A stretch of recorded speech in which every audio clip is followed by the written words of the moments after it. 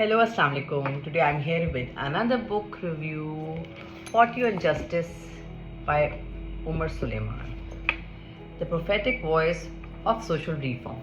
It's an amazing book, very good read. I read it in Ramadan and then again, belated Eid Mubarak, and it was a really good book. I learned a lot since we have read Quran Sharif and everything, but again, how to use those practical things in our hadith in your daily life, that matters a lot, and Umar Salman has justified it very nicely. So basically the prophetic so he uses a mix of prophetic traditions, those are ahadith and historical events, and modern day examples to illustrate the principles of justice in Islam. Okay, so for example, number one, which is really important one, that is the historical and prophetic examples were standing against the oppression. So our Prophet Muhammad, peace be upon him, defended the rights of the weak, such as when he intervened to stop the oppression of a Jew neighbor by some of his companions, reminding them that injustice is forbidden regardless of the victim's faith. This is so important now. These are the little values which we have actually forgotten, and if we use it, we can make a better world. So number two, you can say justice for women. Women, obviously were always oppressed. So our Prophet, peace be upon him's reform in granting women's inheritance right and condemning female infidelities and highlighted as early examples of gender justice. So yes, beforehand, as you know, how the women being treated, how the young girls were being killed. He stood for that, and we owe him, obviously. And then the next point is accountability for leaders. The book basically references the famous saying of the Prophet, peace be upon him, that a ruler closes his door to the needy. Allah closes his door to him in times of need.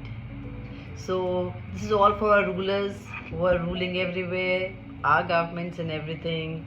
So this is a very big prime thing which everyone should know, that when you are a hukmaran, or when you are at a level and you're a leader, so you're answerable for whatever you do, all your deeds and everything people who come under you. So people actually forget this, and it was a very nice and slight reminder. And then in interfaith justice. So this point the example of this is the Constitution of Medina, which established equal rights for Muslims, Jews, and other communities. Is presented as a model for pluralistic justice. So see, over here we people treat other religion people very badly or not fairly, unjustly. So this is, see, way back what our Prophet, peace be upon him, has been trying to tell us, and if we follow, we can make a lot of difference in this world. Even if one person can do it too, it goes on, and then becomes a sea. Just from a drop, it becomes a sea, as we know. Okay, so so basically these are the sub points. Now the major point, and there's another one, is the modern day application, which I love how Umar Suleiman applied it. And it was basically that the radical justice. So Suleiman connects the Prophet's, peace be upon him, farewell sermon, where he declared no Arab is superior over a non-Arab, nor a white over a black, to modern movement like Black Lives Matter. So he linked everything, and he showed how our Prophet, and he said, and his sermon had so much things, so many things which we need to apply in our lives, And if we apply these things and we take all this, the upper class and the lower class, and Arab, I mean, this is amazing. But nowadays, we have forgotten that, as you know too. But if someone gets a hadayat, why not? Inshallah. So then it is economic justice. The book critiques wealth hoarding and corporate greed, citing the Prophet's warning against monopolization, where whoever hoards is a sinner, and advocating for wealth distribution, that is like zakat and charity, and this is how it started. And we can help our other Muslim brothers and sisters through this way, and we can make them, we can be a part of their, we can help them in their lives, in their problems, through zakat and charity. This is amazing. So obviously in Ramadan everyone must have done it, and they should, and they should do it year round, because there is no time for zakat and charity only. You need to do it all the time, and you'll get Allah's blessing like endless, infinite. True. Okay, so basically there's another point which I liked. It was the refuge and immigrants' right. So the Prophet's migration, the hijrah, and his teachings on protecting refugees are linked to today's global refugee crisis, urging in Muslims to, as you know, you can see, support displaced people. So a lot of people who are doing it, they're not non-Muslim countries, but they're doing it and taking the refugees, and they're helping the people. And being as Muslim country and Muslim people, we also need to follow our Prophet's ahadith and his sayings, and we should practice it, because it can help people again. So and then there's another point which I liked. It was that political oppression. So Umar Suleiman, basically the references the contemporary authoritarian regime and reminds reader of the hadith. The best jihad is a word of the truth before a tyrannical ruler. Yani you should stand for your rights. This is so important.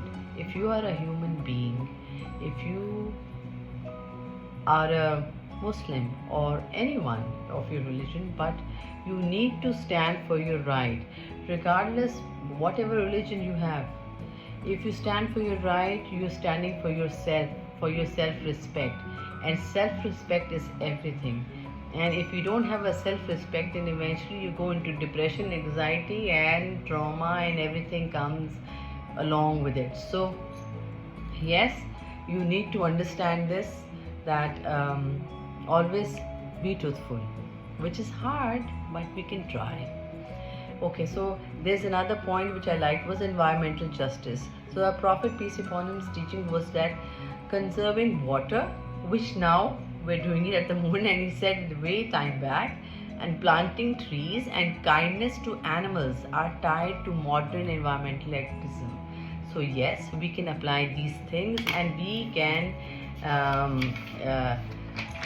use all the ahadith and these little tips which I got from this book, and it just reminded me what I have forgotten, and I liked it, and I wanted my kids to read it too, because it is a good read.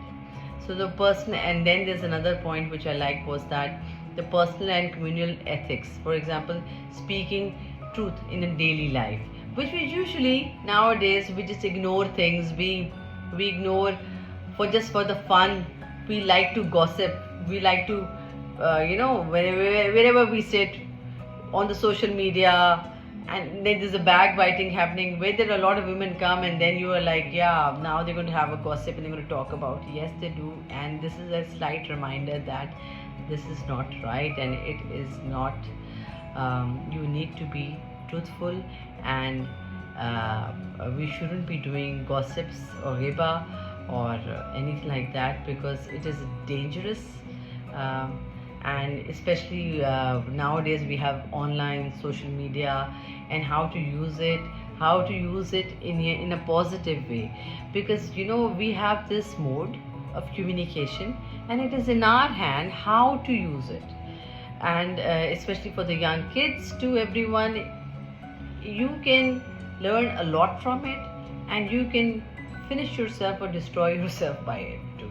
Because yes, by scrolling, or by looking at the things which are not appropriate for you, and you're watching it, which just comes like that. So it is, you have no end to these things, and then it basically goes towards eventually to depression, tension, anxiety. Yes, everything comes with it when things like this happen. And especially young kids nowadays. Now when I'm counseling the young kids, I see a lot of kids, because of the social media, they are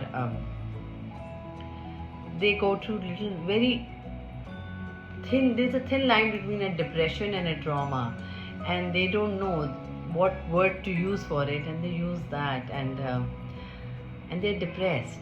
They shouldn't be depressed. And being a Muslim, that's the worst thing you can do, is being depressed. So I hope that if they cling to the social media which is positive for them, which can help them, go for it, not for those things which Shaitan tries to redirect you or divert your attention. So it is all in your hand where to go. That's your nafs test. And then this one I like, it's the community solidarity. That is the concept of one body. For example, if one part of the body suffers, the whole body feels it. Just like that, our Prophet says is that we, being a Muslim, we are a one body. That means if someone is not happy, someone is unwell in your community or in your anywhere, you need to be together and be there for that person. So it is so important, and especially when if it applies to collective responsibility in fighting poverty and oppression. And then the last not the least, the strengths of all the examples which I just told you, they are timeless relevance. So basically the author effectively bridges the 7th century teachings with 21st century teachings and struggles. So 21st century and its struggles, and each example is tied to a practical step, whether through charity, advocacy, or personal reform. So 40 on justice is a compelling call to action, showing that Islamic justice is not just historical but urgently applicable today. And I hope you like it. It's a must read, and inshallah I'll be here with another book. See you then. Bye bye, take care.